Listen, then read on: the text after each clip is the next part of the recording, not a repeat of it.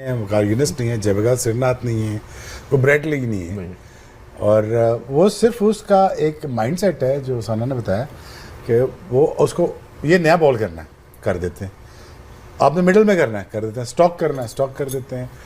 हालांकि वो इतना बड़ा पावरफुल हिटर भी नहीं है, लेकिन अगेन उसको ये बना दिया गया है, समझा दिया गया है कि आपके लिए सारा कुछ है, अब आप मेला लूटो। Sir market allows you to become big, try to understand this. दो ना, हार्दिक पांड्या देखें वो ऑलराउंडर है, लेकिन जब आप उसको, उन्होंने माइंडसेट की बात की, आप उससे जब बॉलिंग करवाते हैं, उसका कैप्टन जब बॉलिंग करवाता है उससे, वो ये नहीं समझता कि मैं ऑलराउंडर हूँ, वो ये समझता है मैं बॉलर हूँ, मैं कंप्लीट बॉलर हूँ और मैंने क्रिएट करनी है अपॉर्चुनिटी, अपनी टीम के लिए विकेट्स लेने हैं। वो ये नहीं है कि मैं आके बस 3-4 ओवर्स आके कर दूं, या वो बैटिंग में जाते हैं तो वो प्रॉपर एज अ बैटर खेलते हैं, सिर्फ वो अपनी स्ट्रेंथ्स को बैक करते हैं। इसीलिए जो है वो कंसिस्टेंट है, वो चाहे बॉलिंग ले लें चाहे आप बैटिंग ले लें। तो ऑलराउंडर की रिस्पॉन्सिबिलिटी ये है कि जो भी, चाहे वो बॉलिंग कर रहा है चाहे वो बैटिंग कर रहा है, he should know that he is playing specially as a bowler when he is bowling, और बैटिंग कर रहा है तो ये सोचना है। ऑलराउंडर की ये काम नहीं है कि मैं एक में थोड़ा हाथ खींच लूँ तो मैं दूसरे में ज़्यादा जोर लगा दूंगा, नहीं, ये चीज़ नहीं है। और इसमें फिर एक चीज़ मैं ऐड करना चाहता हूँ कि उसको भी जब वो ज़्यादा ओडीआई क्रिकेट खेलता था और ओवर्स करता था, उसे भी बैक की इंजरी हुई है, लेकिन उसको भी अच्छे से लुक आफ्टर किया गया है, प्रॉपर पाथवे बनाया गया है कि जिससे वो he should be fit enough to bowl 10 overs and bat at the same time. Absolutely, he has unbelievable self belief, जैसे कहते हैं ना कि उनका सेल्फ बिलीफ काफी अनबिलीवेबल है। ओवरऑल एन एक्सट्रीमली जिसे कहते हैं ना क्लच प्लेयर।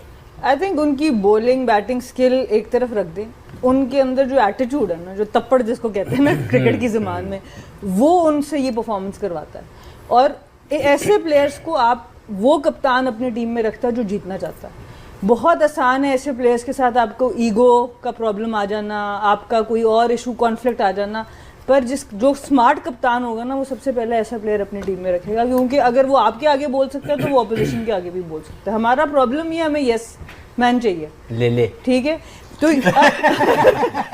और उसकी एक मिसाल, यस सर गर्दन हिलाई उसकी एक थोड़ी सी झलक अगर मैं पाकिस्तान में कहूँ तो मुझे एक ऑलराउंडर नजर आए हैं, आमिर जमाल, जो आज भी टीम नहीं है, जो आज भी टीम के साथ नहीं है, इसीलिए तो टीम में नहीं है। बट उनका कह रहे हैं कि फिटनेस का इशू है। मुझे नहीं पता कब से उनका फिटनेस क्यों नहीं अब तक ठीक हो रहा है। मतलब वो ऑस्ट्रेलिया में जाके ऑस्ट्रेलिया को आंखें दिखा सकते, जिस तरह मैं 2011 में सेमीफाइनल में अनफिट था 7 ओवर मैंने बाहर कर दी जाके। नहीं, अगर आप ये जो वर्जन है हार्दिक का, it gives me the indication कि यार जो मैंने देखा है रज़ाक भाई के अंदर talent, I think he was better than. Sir opener भी कराई, ओपन भी कराई उसको मिडिल ऑर्डर में भी खिलाया, उसको नीचे भी खिलाया, उसको डेथ ओवर में भी खिलाया, उसको सारा कुछ किया। तो क्या बचे आप कह रहे हैं? और पॉइंट पूछ लो, वही कह रहा हूँ, इन दोनों से पूछ लो, हमने कभी उसकी इज्जत नहीं की। नहीं, उसकी क्या, किसकी की है यहाँ पे? हमने किसी वक्त भी ये नहीं कहा, अनटिल उसने कितना बड़ा मैच खेल दिया साउथ अफ्रीका, मैं खड़ा हुआ साथ पे और मुझे उसने फुल टॉस कर दिया, मैंने रोक के पारे चला गया, उसने कहा तूने बल्ला नहीं उठाना, मैं क्या नहीं उठाऊंगा यार। वो इतनी जोर गेटे मार रहा था ना, इतनी जोर गेटे मार रहा, मुझे लगता था कि हिट आ गई ना मेरी तरफ तो मुझे फाड़ के निकल जाएगी। बट रज़ाक को हमने वो ड्यू रिस्पेक्ट दी ही नहीं ना, अजू को दी, Azhar Mahmood. Azhar was a great performer in comes to ball, when it comes to bowling Ajju ने बहुत अच्छी बॉलिंग की भी है। और शोएब भाई से पूछे किस नंबर पे खेल रहे थे। But the thing is again, ये हिटिंग मैं देख चुका हूँ, ये मेरे लिए कोई अनयूजुअल नहीं है। बिल्कुल, मलिक की हिटिंग में देख चुका हूँ, वो जो इनिंग्स थी जो उन्होंने फिनिश करके दिया, मेरी लाइफ का अगर मैंने कोई मैच देखा हो, मैं इससे बेहतरीन मैच मैंने नहीं देखा। जैसे उन्होंने अकेले ने 100 मैच जितवा दिया, हम लूज कर चुके थे मैच, मेंटली फिजिकली। अस्सलामुअलैकुम दोस्तों, जैसा कि आप सब जानते हैं कि चैम्पियन ट्रॉफी के मैचेस बहुत ज़ोरों शोरों से जारी हैं और चैम्पियन ट्रॉफी का सबसे पहला semifinal India versus Australia Dubai में खेला गया था, जिसमें ऑस्ट्रेलिया टीम ने बहुत अच्छी कारकर्दगी दिखाई, लेकिन फिर भी वो इंडिया के लिए बहुत बड़ा टारगेट सेट ना कर पाए। जैसा कि आप सब जानते हैं कि इंडिया हर्षित राणा को बाहर निकालकर 4 स्पिनर लेकर गया था, जिन्होंने ऑस्ट्रेलियन टीम को काफ़ी देर तक रोके रखा, जिनमें वरुण चक्रवर्ती, मोहम्मद शमी, हार्दिक पांड्या वगैरह शामिल हैं। और इंडिया ये मैच बहुत ही आसानी से जीत चुका है। और दूसरी तरफ दूसरा सेमीफाइनल जो कि न्यूजीलैंड और बांग्लादेश के दरमियान पाकिस्तान में खेला गया था, जिसमें बांग्लादेश ने अपनी तरफ से तो पूरी जान लगा दी, लेकिन फिर भी न्यूजीलैंड वो बाजी जीत चुका है। और अब फाइनल के लिए दोनों टीमें सामने आ चुकी हैं, और वो है इंडिया और न्यूजीलैंड।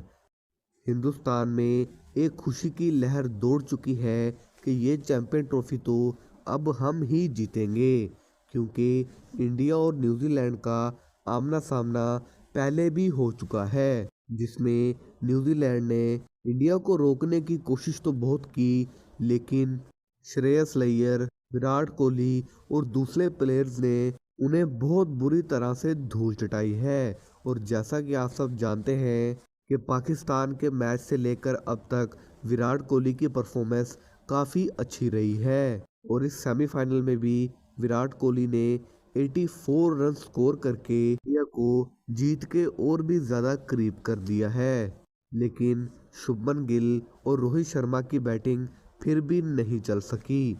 लेकिन देखना अब ये है कि क्या फाइनल में रोहित शर्मा, शुभमन गिल और विराट कोहली का बल्ला चलता है या फिर नहीं। चैंपियन ट्रॉफी फाइनल का मुकाबला अब पाकिस्तान में नहीं खेला जाएगा, क्योंकि एक तरफ से इंडिया ये जीत चुका है, इसी तरह से अब चैंपियन ट्रॉफी का फाइनल दुबई में खेला जाएगा, वो भी 9 तारीख को संडे के दिन। देखना अब ये है कि क्या इंडिया ये चैंपियन ट्रॉफी ले जाएगा या फिर न्यूजीलैंड बारी पलट सकता है। क्रिकेट के रिलेटेड लेटेस्ट अपडेट जानने के लिए हमारे साथ जुड़े रहिए, चैनल को सब्सक्राइब कर दीजिए ताकि आने वाली सबसे पहले वीडियो आप तक पहुंच सके।